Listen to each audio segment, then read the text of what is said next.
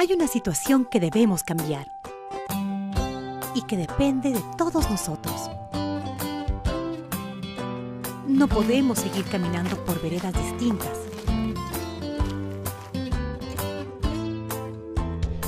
No somos seres de otro planeta. Somos parte de la diversidad. Nos gustan las mismas cosas.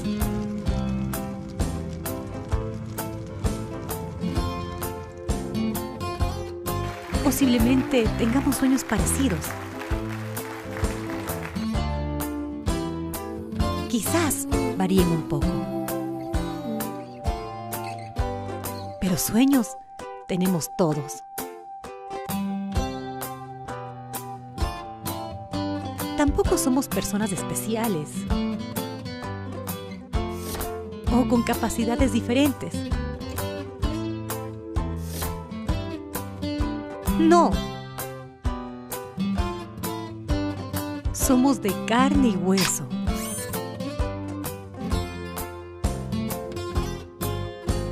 Como todos y todas. Cuando estamos felices, reímos.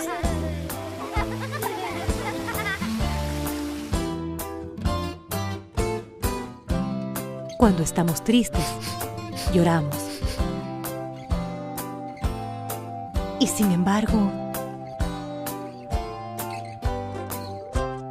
nos ven distinto.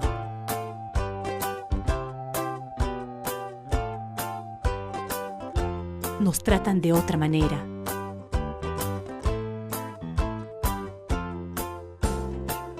Nos invisibilizan.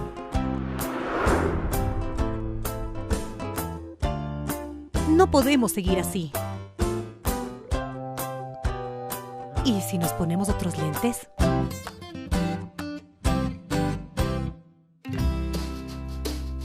Y empezamos a vernos de otra manera. Y nos vemos por lo que somos.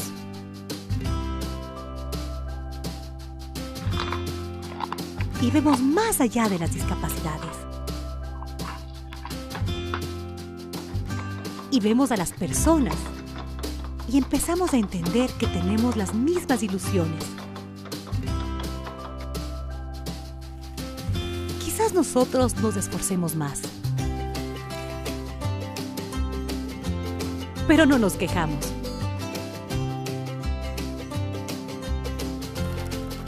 No tenemos tiempo.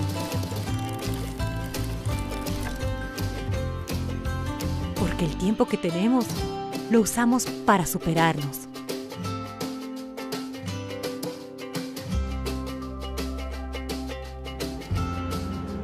Para vencer obstáculos.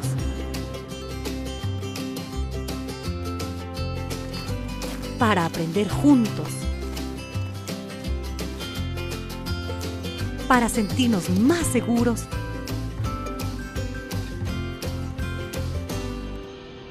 Y más independientes.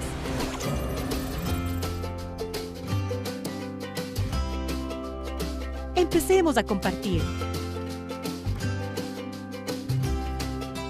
A comunicarnos.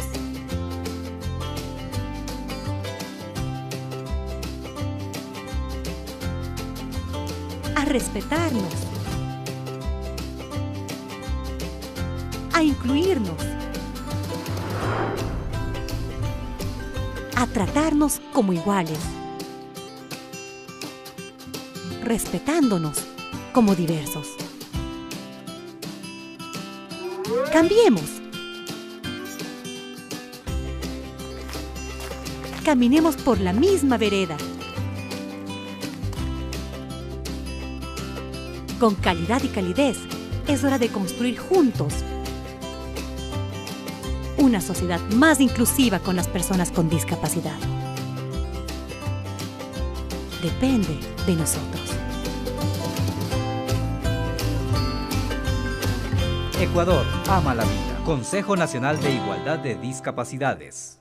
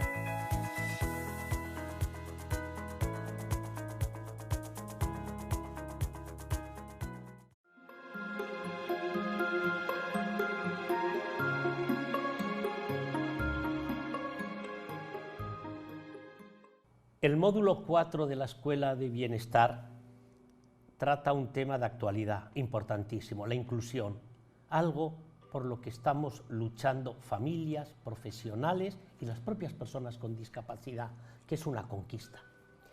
Pero vamos a llamarle inclusión activa. ¿Por qué? Porque vamos a dar un enfoque muy relacionado con la inclusión en la vida familiar, lo que uno hace todos los días. La inclusión, en segundo lugar, en las entidades en las que participan las personas con discapacidad. La inclusión, en tercer lugar, en el disfrute de las actividades culturales, del ocio, del tiempo libre. Y en cuarto y último lugar, la inclusión organizativa en la defensa de derechos y de capacidades. En definitiva, queremos una sociedad inclusiva que vea la diversidad no como una amenaza, sino como un recurso. Por eso, tenemos que superar los conceptos de segregación e integración y pasar al gran concepto valorativo y potencial que es la inclusión. La segregación y la integración se refieren más a las deficiencias y a las limitaciones, cosa que la tenemos que superar. Y tenemos que empezar a trabajar, y ya estamos trabajando en la inclusión, que se centra en las posibilidades, las oportunidades y los recursos. Por eso, la discapacidad no significa una minoría de edad permanente. Y desde ahí estamos superando ya y aceptando algunos de los cambios que las personas con discapacidad viven. Voy a enumerar 5, breves. Desean ser autónomos en sus decisiones y por eso demandan ámbitos de autonomía personal. En segundo lugar, desean estar presentes en el mundo laboral. En tercer lugar, demandan seguir aprendiendo toda la vida. En cuarto lugar, quieren disfrutar de la sociedad del ocio. Y en quinto y último lugar, desean ser ciudadanos con derechos y deberes. Por eso, los que trabajamos con las personas con discapacidad y las familias tenemos que pensar que el cambio es imposible si seguimos haciendo las cosas como siempre las hemos hecho.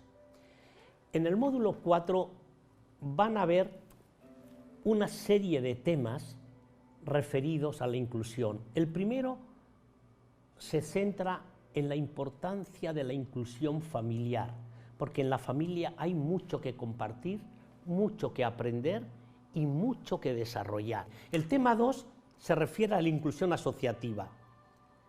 Las organizaciones donde las personas con discapacidad se forman, participan, disfrutan, se capacitan, porque tienen que estar presentes en las decisiones de esas entidades. Pueden opinar, deben opinar y tienen que captar las necesidades y ofertar sus recursos.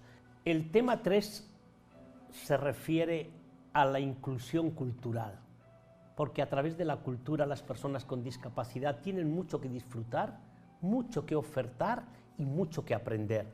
Y en la inclusión cultural vamos a tocar el tema de las redes sociales, que están a su servicio, que tienen que usarlas, disponerlas y capacitarse para ser un agente activo en esas redes y en ese recurso.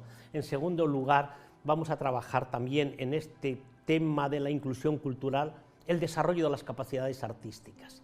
Y luego, por último, está el tema 4, que es la inclusión cívica, que las personas con discapacidad tienen que ser agentes de su propia demanda de protagonismo social, tienen que salir a la calle para que se les visibilice, para que se les vea organizados y con poder y con recursos. Favorecer la inclusión es dar protagonismo a las personas con discapacidad. Para que la inclusión sea eficaz, desde la Escuela de Bienestar recomendamos 4 aspectos a tener en cuenta. Primero, las actividades que se hagan deben responder a necesidades concretas de las personas con discapacidad. En segundo lugar, conviene desarrollarlas en grupo con otros, porque toman más fuerza y más iluminación social. En tercer lugar, tienen que reportar una experiencia gratificante para la persona con discapacidad, porque lo va a volver a repetir. Y en cuarto y último lugar, tienen que tener continuidad. No pueden ser eminentemente puntuales, pero tienen que tener una dimensión de futuro. La inclusión reporta beneficios a la sociedad, que la hace más igualitaria, más cohesiva y le genera vínculos, pertenencia y unidad, y a la persona con discapacidad porque le aporta estímulos. En segundo lugar, reconocimientos, valoración, y crece en él un sentimiento de utilidad, con lo que aumenta su estima. La inclusión es vida. Y parafraseando a don Miguel de Cervantes, que hace muchos años escribió en el libro Don Quijote lo siguiente: ahora digo, dijo a esta sazón Don Quijote, que el que lee mucho y anda mucho, ve mucho y sabe mucho. Creo que lo podemos traducir hoy, en el siglo XXI, a la persona con discapacidad, que el que está presente en la sociedad y hace cosas, no está solo y se siente útil. Por eso la inclusión es un derecho que da vida, seguridad y autonomía. La inclusión requiere una alta dosis de confianza en la persona con discapacidad a la que promovemos a que sea agente, y en nosotros mismos, porque confiamos en la propia persona a la que queremos hacer protagonista. Juntos lo conseguiremos.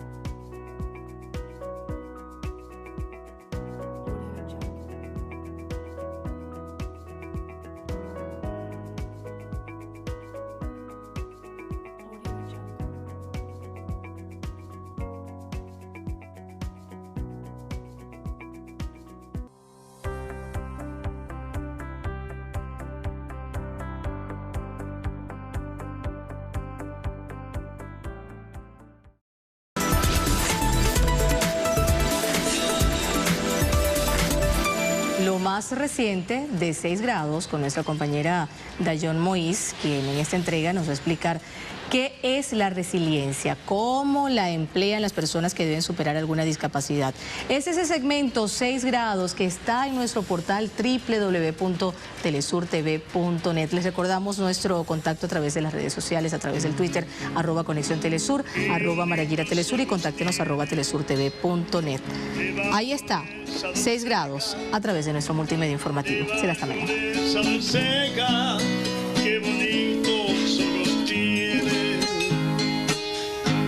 La resiliencia es la capacidad de adaptación a las nuevas circunstancias y salir victoriosas de estas. Las personas con discapacidad hacen uso de ella para llevar una vida en igualdad de condiciones. Del otro lado esperan empatía y la resignificación de todo aquello que ayer era correcto y hoy discrimina. Hablamos de la adaptación del lenguaje, porque con las palabras podemos herir o dignificar. Al final, la resiliencia compromete a ambas partes. Todos somos seres resilientes, lo que hay que entrenarse. Lástima que hay que vivir experiencias difíciles, adversas, para darte cuenta. Yo me enfermé con cáncer a los 16 años, eso fue en el 2006. En el 2007 me dieron el diagnóstico como tal, y en el año 2011 me amputaron. Me hicieron fue una desarticulación de la pierna izquierda. Un nervio de la médula se me inflamó y quedé en silla de ruedas ese año. Cuando Camilo nace, a mí lo sacan de mí a las 9 de la noche y me lo permiten ver a las 9:30 de la noche del otro día. Imagínate, son 12 horas de angustia, porque yo lo único que sabía fue lo que me dijo mi obstetra, que fue: mira, el niño nació con los ojos un poco separados. Fue una enfermera al día siguiente, como a las 7 de la mañana, que me dijo: tú eres la mamá del niño con síndrome de Down que nació anoche. Finalmente lo logró ver y para mí era un niño perfecto, estaba completo y era bellísimo. Me pude adaptar con mucha facilidad a las nuevas situaciones o a los nuevos retos pues que tenía que ir enfrentando, pero considero que gracias al apoyo sobre todo familiar que tuve, el cambio no fue tan brusco. Tenía muchas personas que me rodeaban cuando quedé en silla de ruedas, que prácticamente solo mi mamá y yo, más nadie. y no fue fácil. En particular, su condición es como si te dijera que tiene el cabello castaño o negro. O sea, es un atributo más de él. Yo no lo veo como una tragedia. Ya no caminas, que ya no corres, que ya no puedes saltar como antes lo hacía. No es fácil. El cambio significativo para conmigo mismo no fue tanto. Ahora, cuando me tengo que enfrentar a la calle, qué sé yo, vas caminando por una acera y la gente se te queda viendo así como que, oye, un bicho raro, no sé. Bueno, ahora tengo a mi hijo que necesita que yo le prepare un mundo para que lo reciba, ¿no? Fue cuando surgió Orgullo Down Venezuela. Decidí venirme a Caracas a superarme, pues. Creo que lo más dificultoso para mí en ese momento fue el poder entender por primera vez, porque los de afuera te ven distinto. Gracias a Dios empecé con colectivos de discapacidad, logré tener mi casa, me uní al grupo de la sexogenerodiversidad a luchar por los derechos de las personas homosexuales, transexuales. Y nada, pues así he ido participando en muchas organizaciones. Si han sido trabajadas bien las emociones, hay una evolución personal que la da la posibilidad de superar la adversidad, que ahora la psicología llama resiliencia. La única discapacidad que causa risa es la baja talla, porque el resto de la discapacidad generalmente la gente siente como cierta impresión. Mi mejor amiga, la que simplemente dejé de hablarle, porque no era que no quisiera a Camilo, pero de alguna forma nunca pudo dejar de decir la palabra mongólico para insultar a otro. Que si primero nos vendían al rey, anteriormente después pasamos esa etapa y después nos vendían no a los reyes sino al circo. Surge el circo y en el circo, bueno, ahí termina de reelaborarse la parte esta simbólica de la risa hacia la persona pequeña. En el lenguaje sucede algo. Usted habla como piensa y piensa como habla. Pensamiento y lenguaje están totalmente ligados. Y si usted tiene esa palabra en su registro lingüístico, en su pensamiento también está la discriminación acentuada. Claro, eliminar eso de la noche a la mañana nosotros sabemos que no es fácil. Tampoco eliminar la palabra enano o enana tampoco va a ser de un soplón, ¿no? Es un término despectivo y excluyente hacia una población. Y es importante revisarla precisamente porque en la medida en que el lenguaje cambie, va a cambiar nuestra forma de pensar. Son hechos ligados. De una rosa.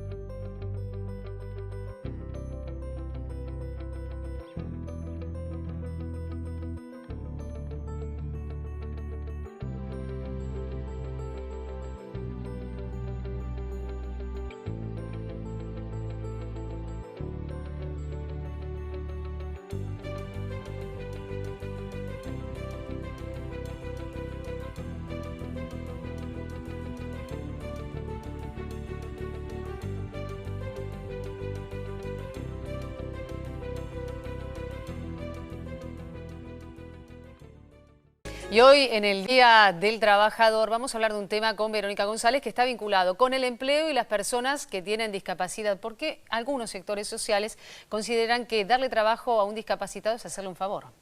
¿Qué tal, Vero? Silvia, Alejandro? Sí, vamos a hablar de este tema porque es un tema muy complejo. Estuvimos con dos personas hablando de esto, con Facundo Ferro, él trabaja, y con Gabriela González. Ella no ha logrado todavía tener un trabajo de calidad. Vemos qué nos decían. El desempleo es la enfermedad crónica que experimenta el colectivo de personas con discapacidad. Según cifras de la Organización Internacional del Trabajo, el porcentaje de personas con discapacidad desempleadas asciende al 80% a nivel mundial. El motivo principal es la creencia de que quienes tenemos alguna discapacidad somos personas improductivas. En su artículo 27, la Convención sobre los Derechos de las Personas con Discapacidad señala algunas cuestiones a tener en cuenta hacia los Estados parte, que se garantice la formación, el desarrollo profesional, los ajustes razonables y las medidas para el acceso al empleo público y privado para las personas con discapacidad. María Gabriela tuvo un accidente ferroviario en 2006 que la dejó parapléjica.